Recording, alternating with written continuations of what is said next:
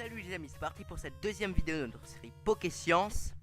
Bon bah, comme la première vidéo était une véritable réussite, j'annonce un changement radical par rapport à notre chaîne. Je l'arrête. Ouais, arrête tes mensonges, c'est quoi le vrai truc? Allez, dis. Bon en fait le vrai truc c'est juste que t'es viré hein, mais ça c'est pas grave. Attention, un petit cours d'anglais s'impose.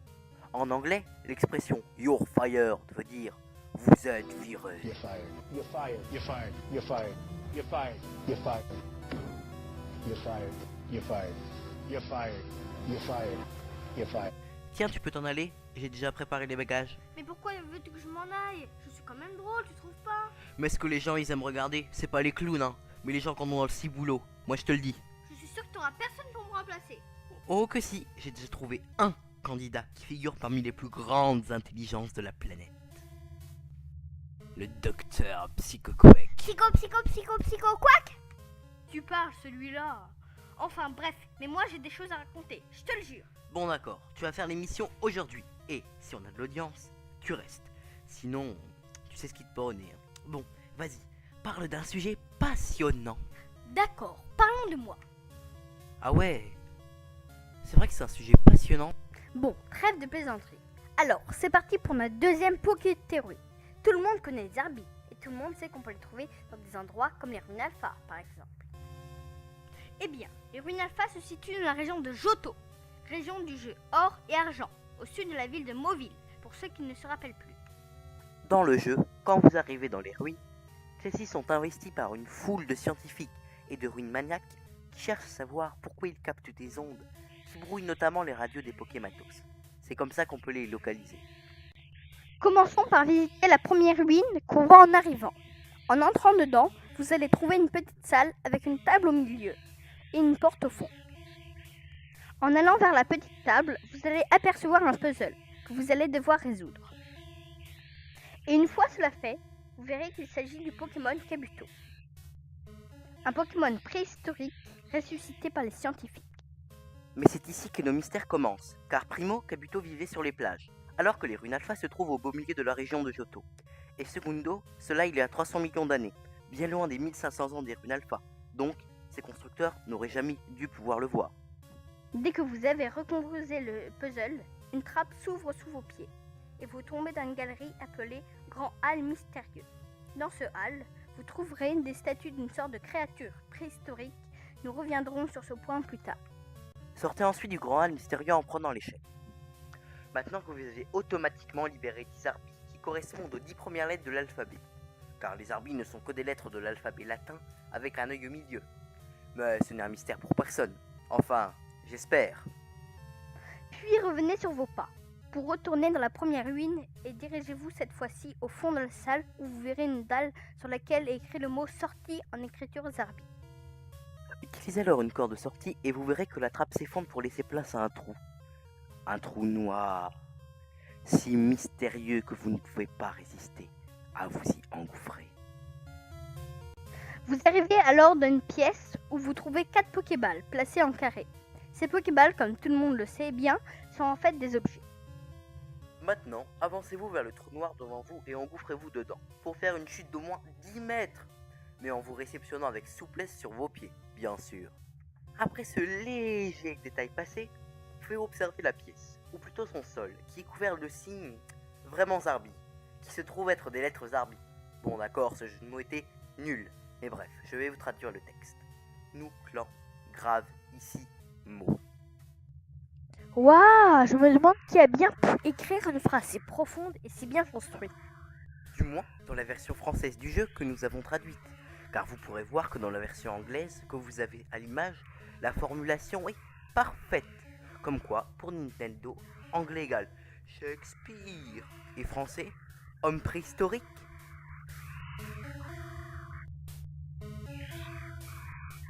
Sortez maintenant de la pièce et traversez la petite étendue d'eau. Prenez ensuite le passage de droite pour arriver dans la ruine en bas à droite. Comme vous pouvez vous en douter, celui-ci représente un Ptera. L'énigme finie, vous tombez à nouveau dans la grande salle souterraine où vous venez de libérer les lettres R, S, T, U, V. Remontez, revenez à la ruine et refaites la même manip, en allant cette fois-ci vers la dalle du fond, où vous lirez le mot lumière. Utilisez la capacité flash et la dalle va s'ouvrir. Entrez maintenant dedans. Descendez dans la salle du dessous où vous trouverez un autre texte écrit en zarbi qui dit Nous sculptons Rock comme Pokémon. Il vous faudra maintenant passer par les caves jumelles. Une grotte un peu au nord d'Ecorcia. Mais oui, Ecorcia, vous savez, la ville où on faisait des choses pas très nettes avec les queues des Ramolos. Ramolos. Dans la troisième ruine, vous trouverez un puzzle de Ho-Oh. D'ailleurs, la seule présence du Pokémon légendaire suffira à ouvrir le passage secret qui vous mènera à la salle secrète. Sur le sol de cette salle, il est dit « Nous, humains, nous marcher avec eux.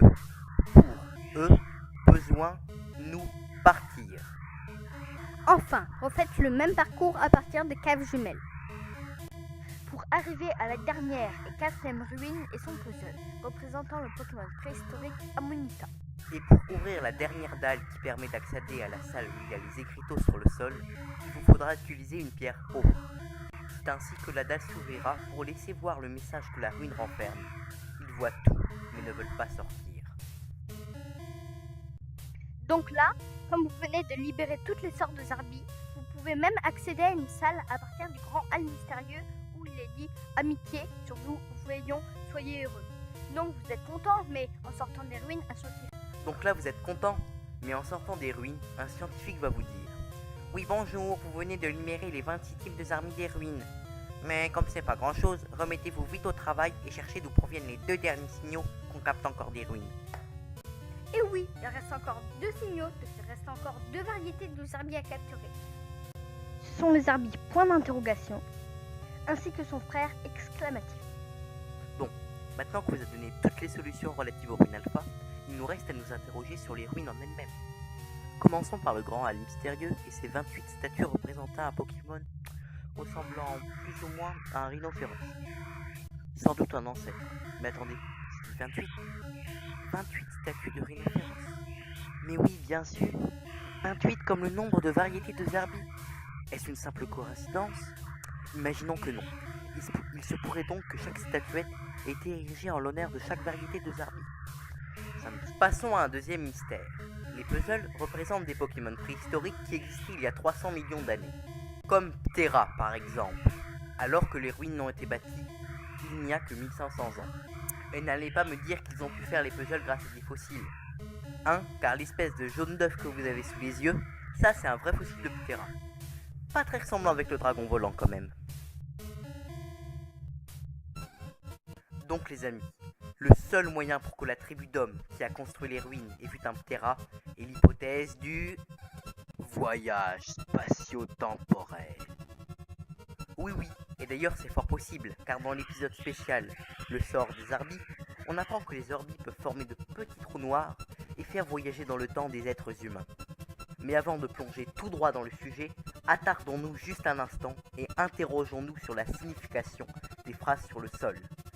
La première, nous, clan, grave, ici, mots. Dans Urgold et Soul Silver, où nos mots resteront ici pour l'éternité dans version or et argent. Le deuxième message, nous sculptons Rock comme Pokémon, peut porter à confusion, car on peut se dire que les humains sculptent des roches comme les Pokémon qui le font déjà. Mais j'interpréterais plutôt ce message comme nous faisons des statues qui ressemblent à des Pokémon. C'est plus vraisemblable. Le troisième message, nous humains, nous marcher avec eux. Pour eux besoin nous partir, ne nous laisse pas d'ambiguïté sur son auteur. Nous sommes maintenant sûrs de savoir que ce sont les humains qui ont écrit les messages sur le sol. Le terme marcher avec eux est une métaphore pour décrire l'alliance, l'amitié entre les humains. Mais le quatrième message, ils voient tout mais ne veulent pas sortir, est le plus énigmatique. On peut penser qu'il s'adresse aux Zarbi, Pokémon peureux qui n'osent généralement pas sortir des ruines. Mais pourquoi préciser qu'ils voient tout? Que se passe-t-il dehors? Nous ne le saurons sans doute jamais, mais c'est ça qui a forcé les humains à partir des ruines. Partir, d'accord? Mais pour aller où? Chaque version Pokémon a ses ruines, mais seules quelques-unes d'entre elles renferment des Zarbi. C'est le cas des ruines Bonville. Ruines de la version Perle et Diamant. Ces ruines abritent des Zarbi, mais pas de puzzle par exemple. Seulement 2 textes, écrits en Zarbi. Là, l'entrée qui vous donne le chemin pour arriver à la salle finale où vous trouverez le deuxième texte, où vous pourrez lire notamment Amitié, toute vie rencontre une autre vie pour renaître et pour vivre.